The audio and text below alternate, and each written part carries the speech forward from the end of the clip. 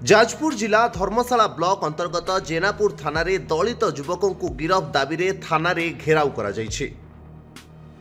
एही थाना अधीन एंडलबा पंचायतर प्रहलाद बेहरा एवं माळहाट ग्रामर समरेंद्र पंडा मध्य गंडगोल होइतिला। उभय पक्षरु थाना रे दुईटी मामला दिया जाइथिबा जणा पड़िछि। उभय को थाना को डका जाइथिले सुधा समरेंद्र को छाड़ी दिया जाइछि। अत्याचार एते जोरे बढ़िचंदी, अन्याय एते मात्रा करिचंदी जाको हमकु आज बाध्य होइछि आंदोलन करिवा पई। ए जेनापुर थाना रे विगत 3 दिन मध्य दुई गोटी एफआईआर हेतला।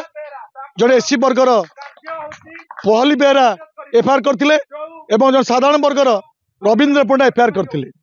किंतु काली आमे जा जानिया पाइलु बड़ दुखर विषय, एठी एससी वर्ग पिलाटी जो बेहरा जे प्रहलाद बेहरा जे एफआईआर करथिला ताकू अरेस्ट करी आनिचंती। किंतु जो रवि पंडा बोली जनरल वर्ग जो पिलाटी अच्छी ताकू नोटिस बेले छाड़ी देइचंती। तो आमे एठी पचारिबा को चाहूचु, जदि जेनापुर थाना रे दुई गोटी एफआईआर हेची तो दुई जन को सामयिक न्याय देवा दरकार आवश्यकता अछि। जदि एठी किछि सेमिति सिचुएशन अछि तबे दुई जन को अरेस्ट करी फॉरवर्ड करा जाऊ। कहार चापरे मु कार ना नबा को चाहू नै, से सत्ताधारी हुंतु किंबा XYZ जा हो, जदि कहार चापरे से संवैधानिक को अणसंवैधानिक करी आम लोक को रखिछंती तो ताकू तुरंत विदा कर दियंतु एवं समाधान करंतु। कारण आमे चाहूचु थाना अधिकारी महोदय आम SC ST समाजर एक कथा निश्चित भाव में आमे जानिचु।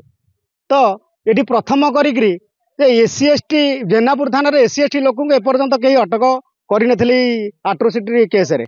तो ये गोटे प्रथम इतिहास जे आमरी समाजर संविधान दायद बा संविधान लिखिथिबार वंशज संविधान लिखिथिबार समाजर जड़े महिला ये अधिकारिणी से किभली भाव रे आज एभली गोटे पथभ्रष्ट कथा बा अन्य अणसंवैधानिक कथा शुणिले अबागिया लगुच, जोटा कि आम समाजर एसी लोकटी ये अटक रखा जाइए, जेनरल लोक को छाड़ी दि जाइए। तो सही प्रतिवाद रे आमे एठी आज धारणा रे बसीजु।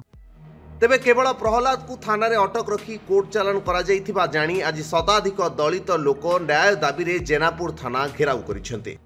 धरिबार अछि जो माने लुटुचंती धर्मशाला को लुटुचंती सेही मानकु धरंतु, साधारण लोक मानकु न्याय प्रदान करंतु। आमे आशा रखिछु मैडम को ऊपर साधारण वर्गर लोक हैरान हरकत होउचंती। विगत दिन रे 3 मास तळे धर्मशाला ठारे जो पंचायत समिति ठारे बाबा साहेब भारत रत्न आंबेडकर स्टाच्यू बसी तांकू भांगी दिया गला। मु निजे एफआईआर करथिली, जे भांगी देला से बुलुची एवं तांकू पुलिस अरेस्ट करिया बरे असक्षम। जाजपुर रु अशोक दास का रिपोर्ट, धरित्री लाइव। एई वीडियोटी आपनकु केमिति लागिला कमेंट करि जणांतु।